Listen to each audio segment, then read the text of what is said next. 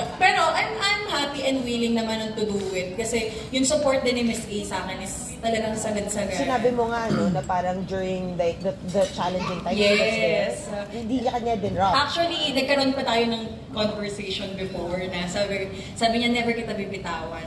Sinabi niya sa akin yun kasi nahihiya ako na parang... Naniwala ako sa kanya.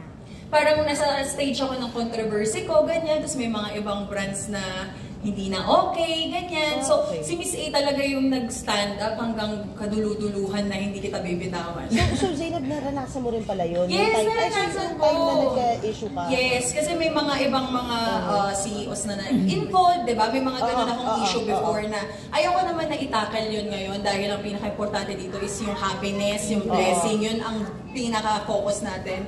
Kung sino yung talagang nanatili, yun ang totoong nagmamahal at may malasakit. Pero ramdam namin kanina, parang pag-enter mo pala. Nanginginig nga ako eh. Actually, hanggang ngayon. Lumipat sa amin yung energy mo. Parang, uy! Ano ba to? Ganun palang ikakasal talaga. Yes. Actually, ano ba? Dami magandang nangyayari sa buhay ko ngayon na napapasabi talaga akong thank you, Lord. Thank you. Pwede mo paano? Siyempre, true Filipino fashion. Yes! Look at the red! Wait, nasa gilid. Pakigitna. Yes! Thank you! Kasing laki niya yung brillantes na tattoo ko. Pinantayan ni Daddy. Ay, pinantayan. Diba? Ang tagal ko ng tattoo you have yan. details of the ring? Oo. Sa details po, ayoko naman alamin. Basta kung ano yung binigay sa akin, thankful na ako. And alam ko lang hindi siya basta-basta. Ayun lang yung alam Actually, ko. parang nakakabulag Yes, clarity actually, niya. Kung pa-judge mo kay Madam, parang kaya lumalaban sa diamante ni Madam. Nasilaw nga ako kanina. Ay! Nakita ko ng malapitan. Yes, it's a blessing talaga. Pero hindi siya heirloom?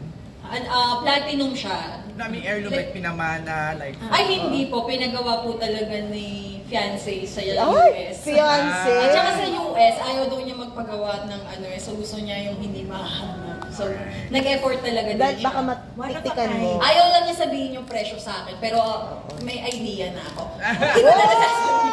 Na-research mo na. Hindi ko ni-research. Actually, binigay lang, may certificate kasi ito, may papeles siya eh. So, binigay niya sa akin yung papeles. Huwag na lang natin i-push ng ano. Ayoko din to brag anything. Ang importante, masaya tayong lahat. Tsaka naalala ko